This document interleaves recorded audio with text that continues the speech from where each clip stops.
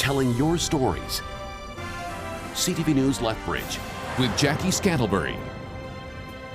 Good afternoon. Thank you for joining us. Members of Canada's Parliament have returned to work after a 6-week holiday break.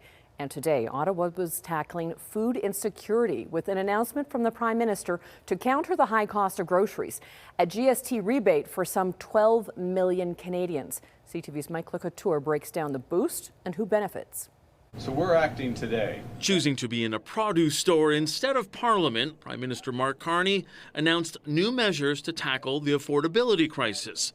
The Liberal government is renaming the GST credit the Canada Groceries and Essentials Benefit and raising it by 25% for 5 years. With an additional one-time payment this year, the average family of 4 will get nearly $2,000 in 2026 and $1,400 each of the following years. The measure is expected to help 12 million low-income Canadians. On average, these payments make up for the higher level of food prices since the pandemic. Carney also laid out a new national food security strategy to strengthen domestic food production and improve access to nutritious food. But the GST measures aren't new, according to the Conservatives. Today's announcement is a recycled Trudeau-era policy. It will not permanently provide relief. It is a temporary measure.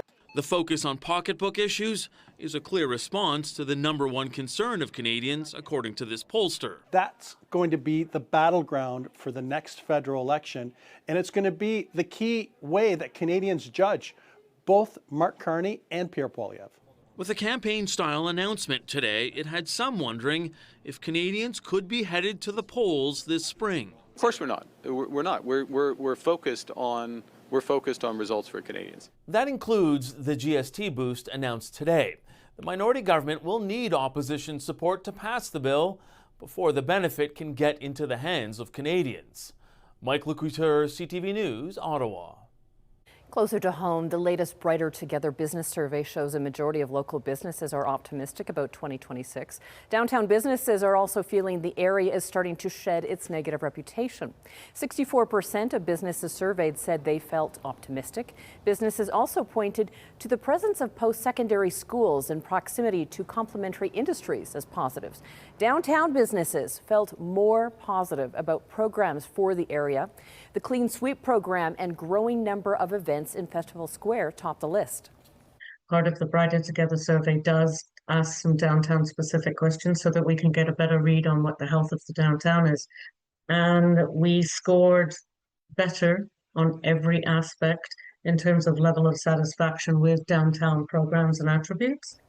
High insurance and labor costs were listed as some of the top obstacles for businesses this year.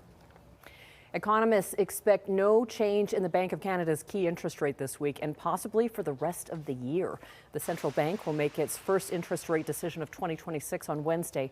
The bank held its policy rate steady at 2.25% in December, coming off 2 consecutive quarter-point cuts in the second half of 2025. The annual rate of inflation was hotter than expected at 2.4% in December, but the unemployment rate that jumped to 6.8%.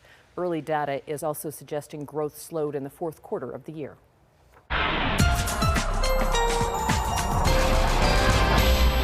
It is time to check in with Danielle Savoni for the forecast. And Danielle, a much warmer week ahead. Absolutely. In fact, for all of this week in the Lethbridge area, for example, our daytime high should be above that freezing mark. So it's a mild to warm week.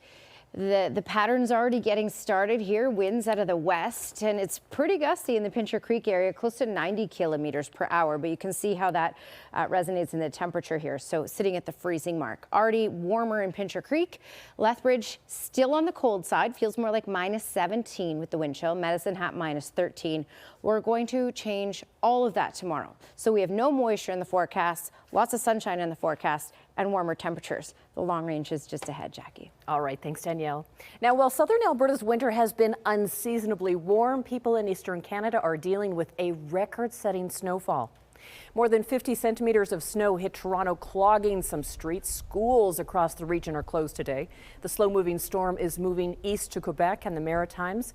Cold warnings have been issued and messy conditions are expected to last for at least another day. A Lethbridge man charged with sexual assault and human trafficking offenses, who was released on bail, then scooped up half an hour after he got out, has had his bail revoked by consent. 50-year-old Sky Atoa was rearrested 2 weeks ago for breaching the conditions of his release on human trafficking charges.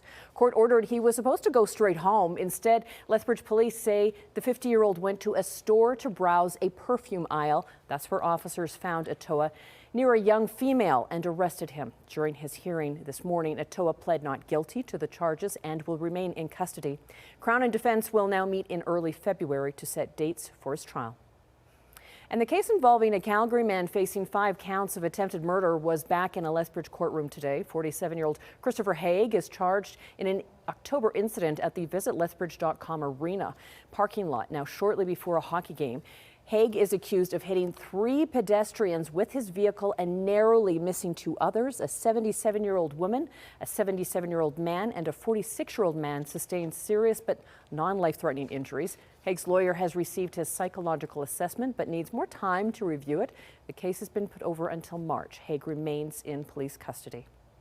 And we have an update from Pagani RCMP. 19-year-old Latrell Andre Brown, who was wanted on outstanding charges, has now been arrested. Mounties are thanking the public for their help. Premier Danielle Smith says Albertans don't want to join the U.S. They want a new deal with the federal government.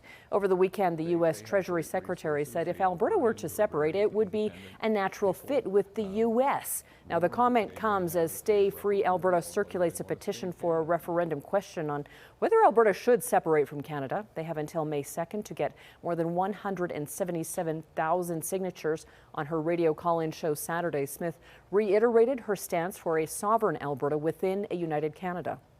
I'm encouraged by the fact that I was able to get an MOU with the new Prime Minister, Mark Carney. I'm encouraged by the fact that he keeps on talking about it and that he has a commitment to working with us to get that pipeline built. So I'm going to keep on doing that. I'm meeting with the U.S. ambassador next week. I have a First Minister's meeting that I'm going to, so I'll be meeting with the U.S. ambassador there. I'll make my views very clear. Now, as she just indicated, the Premier will be at the First Minister's meeting later this week. Some political experts question the Premier's actions, though. If she continues with that, that's a real dereliction of leadership. You're talking about a referendum to break up the country, and you won't say what side you're on as a premier? The group behind the Stay Free Alberta petition for a referendum question, again, has until May the 2nd to get more than 177,000 signatures. Meanwhile, musician Paul Brandt posted this on social media Saturday. It includes the lyrics to his iconic 2004 tune, Alberta Bound, superimposed over the photo. In bold letters, though, Brandt highlighted the lyric, "I've got independence in my veins." One political scientist says as referendum talk heats up, prominent Albertans may find themselves having to explain their post to their fans. But how do people interpret that, given the timing? If he had put this out a year ago, there would have been no comment on it. But in the middle of a petition signing, the separation campaign, it does raise questions. We have reached out to Brandt about his intention behind the post, but still have not heard back. With the need for infrastructure upgrades, the City of Lethbridge has started a preliminary design plan for 5th Street South between 1st Avenue and 6th Avenue South. The city says the project proposes transforming the area into a vibrant, connected urban space that enhances both functionality and community experience. The design phase is part of the 2022 to 31 capital improvement program. The early stage plan is not final and does not authorize construction. To gather feedback, the city has launched an online survey for residents to fill out. More information can be found on the city's website. And a reminder from the city that this is the last week for business owners to submit their mandatory waste reports. As part of the report, businesses need to report what kind of waste their business generates, if it gets sorted or recycled or composting, along with how much gets collected. There are more than 2,900 businesses and organizations in Lethbridge, which make up almost 2/3 of all landfill waste each year. The mandatory diversion report can be found online at lethbridge.ca, and the deadline is Saturday. Well, right after this break, Danielle is back with a look ahead at the forecast for the week. Plus, as emergency rooms across the country face intense pressure, there's a push to see what can be done to ease the strain. We've got that story coming up.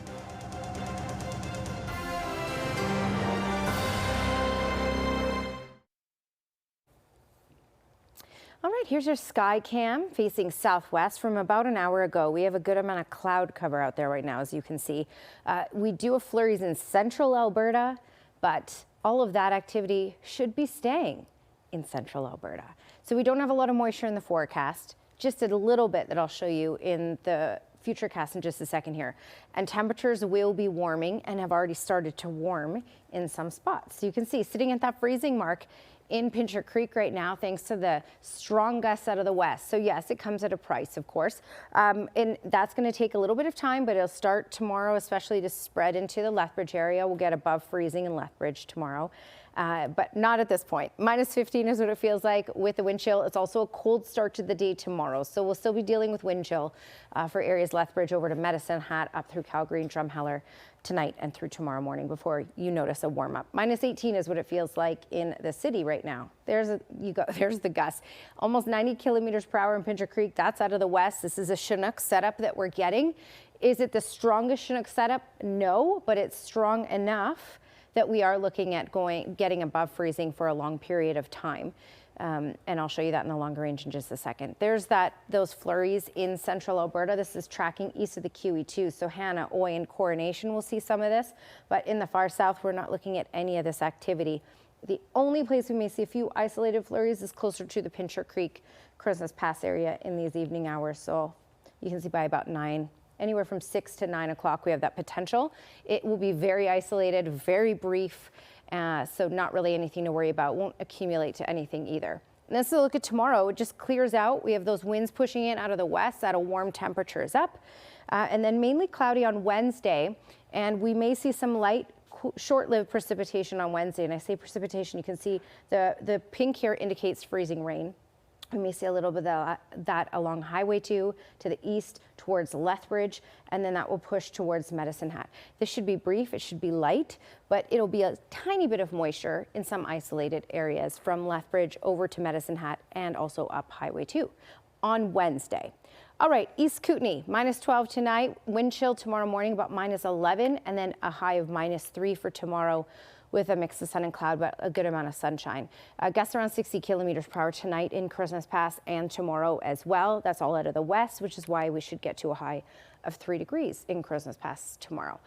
It will take a little more time, another extra day for that warmth to move its way into Medicine Hat. So still below freezing tomorrow in Medicine Hat for a daytime high. Minus 4 is the high. And again, keep in mind, still cold in the morning with a wind chill of minus 24. Now for Lethbridge, we're looking at a wind chill of minus 23 tomorrow morning. So still cold to start, but we'll get those winds gusting out of the west, 40, even 50 kilometers per hour, and it will be enough to carry us above freezing. You're looking at a high around 3 degrees for tomorrow, and then it will warm up even more. So 4 by Wednesday, small chance of that little isolated precipitation, 5 by Thursday, and higher single digits by Friday and Saturday.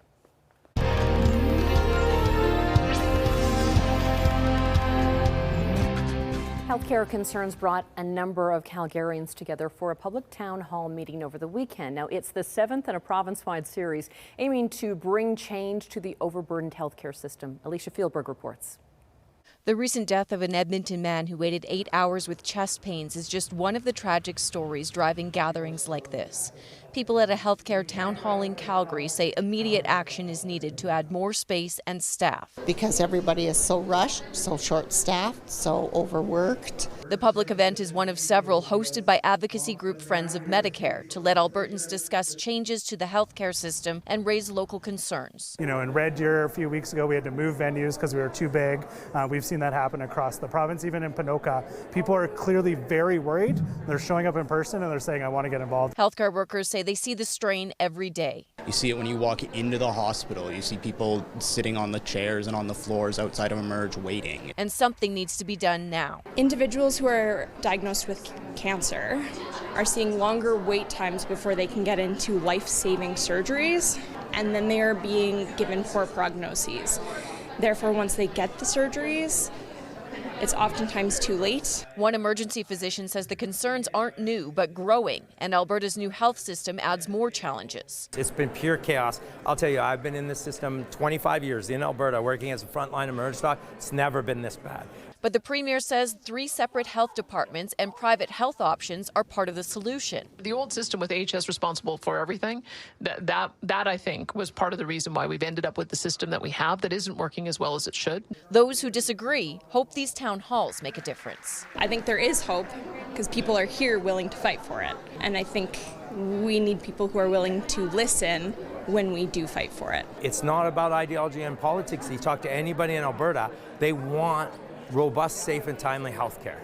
And so we have to all demand it. Alicia Fieldberg, CTV News, Calgary. Still ahead on the CTV News at 5. The Hurricanes add 1 to the win column. We've got those highlights coming up next.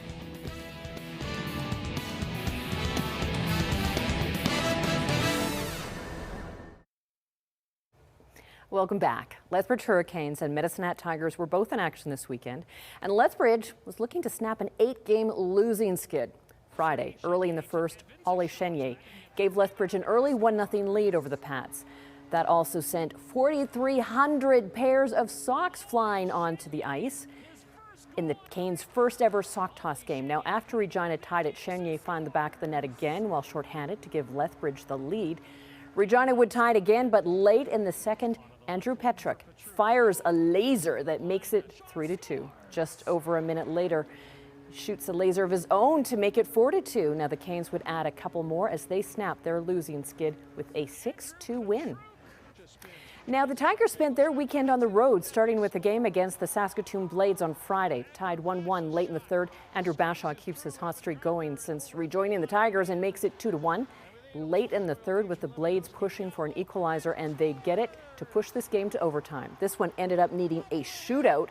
Saskatoon's Hayden Harasani was the only shoot to score after the Tigers fall 3-2. Saturday was a huge tilt against the Prince Albert Raiders. PA's Brandon Gotzinski scored twice in the first period to give the Raiders a lead. Now 3-0 midway through the first. Liam Ruck scores to give Medicine Hat life. But the Raiders would again take over as the Tigers lose again 5-1. The Brooks Bandits hit the ice this weekend as well. They're still looking to gain ground in a tight race for the BCHL's Interior Conference top spot. The Bandits started off the weekend right on Saturday. They led from wire to wire in a 6-4 win over the Spruce Grove Saints. Sunday, a tougher day for the Bandits. They fell 5-4 in overtime to the Okotoks Oilers, and that snapped a Bandits' 28-game regular season winning streak over the Oilers. Cranbrook Bucks also spent their weekend at home. On Friday, a comeback attempt fell short as the Bucks lose to the Sherwood Park Crusaders 4-3. On Sunday, a pair of third-period power play goals helped propel the Bucks to a 4-2 win over Black Falls. Cranbrook has won 4 out of their last 5. The Pronghorns and Kodiaks also had their teams hit the courts this weekend. Pronghorns basketball was on the road this weekend, taking on the Winnipeg Westmen. The women's team started hot Friday with a 67-60 win, but the men would struggle in a 77-47 loss. Saturday, the women couldn't complete the sweep, falling 68-51, and the men couldn't avoid the sweep, getting blown out on 102-62. Kodiak's basketball hosted the Briarcrest College Clippers over the weekend. The women managed a 62-57 win at home on Friday. The men followed that win with their own 85-65 victory. Saturday wasn't as kind to the Kodiaks. The women lost 92-79 rather, and the men lost after that in a 92-82 defeat. Volleyball, meanwhile, was on the road playing the Clippers. Friday night, the women's team fell in a 3-set sweep. The men kept it close but lost in a 5-set thriller. Saturday, the women's team kept it closer but still lost 3-1. The men once again lost a heartbreaker in 5 sets. It is the end of a long stretch for hundreds of pickleball players after a 24-hour pickleball tournament in Edmonton.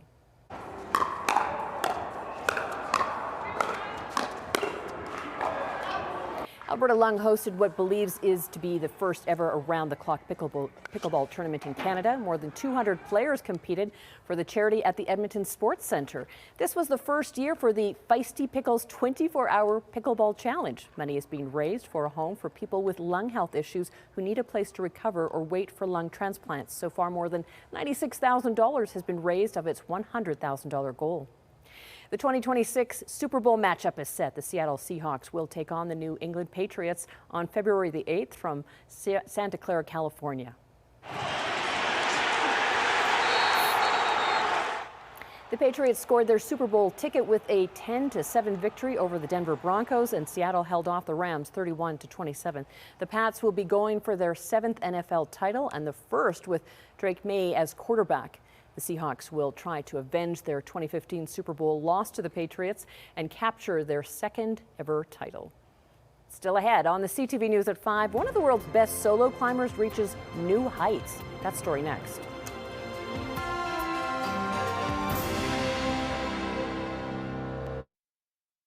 American Alex Honnold, one of the world's best known solo climbers, scaled his way to yet another impressive achievement. Ivan Watson has that story. Alex Honnold on the top of Taipei 101, over 500 meters, 1,667 feet above the Taiwanese capital. He got there in just over 90 minutes on Sunday, scrambling up its 101 stories, with no rope, no harness, and no net to catch him if he fell. It's what's known in the climbing world as free soloing. One wrong move would have sent Honnold plunging to his death. The climb streamed live by Netflix in a glossy production. But while millions tuned in, Netflix kept a 10-second delay. If Honnold fell, the feed would have cut. In the end, the world's most famous climber completed the anxiety-inducing challenge. He even performed for crowds and cameras along the way. The biggest challenge was staying calm, having all the people around. It just makes it feel a little more intense. And then as I climbed, I relaxed more and more. I was like, oh, this is so fun. I mean, this is why I do it. It was incredible. Honnold's Achievement Sunday is the world's largest urban free solo effort. It came a day later than planned after Honnold postponed Saturday for bad weather. For Honnold, the appeal of free soloing comes in the total focus he must display. It is the ultimate example of living in the moment. In 2018, Honnold shot to global fame as the hero of Free Solo, a nail-biting and Oscar-winning documentary on his successful climb of El Capitan in Yosemite National Park, again with no rope. The live TV-rigged cameras and drones for Honnold's ascent of Taipei 101 didn't seem to faze him, as he completed what he says was a lifetime goal, one that may never be matched. Ivan Watson, CNN, Hong Kong. Now, even if you're not enjoying this cold weather, you have to enjoy this. The Toronto Zoo sharing amateur of their tiger Maisie out in the snow. When she ventured out, there was even a surprise waiting, a snowman for her to check out. Thank you for sharing this time with us. Now here's the early edition of the CTV National News.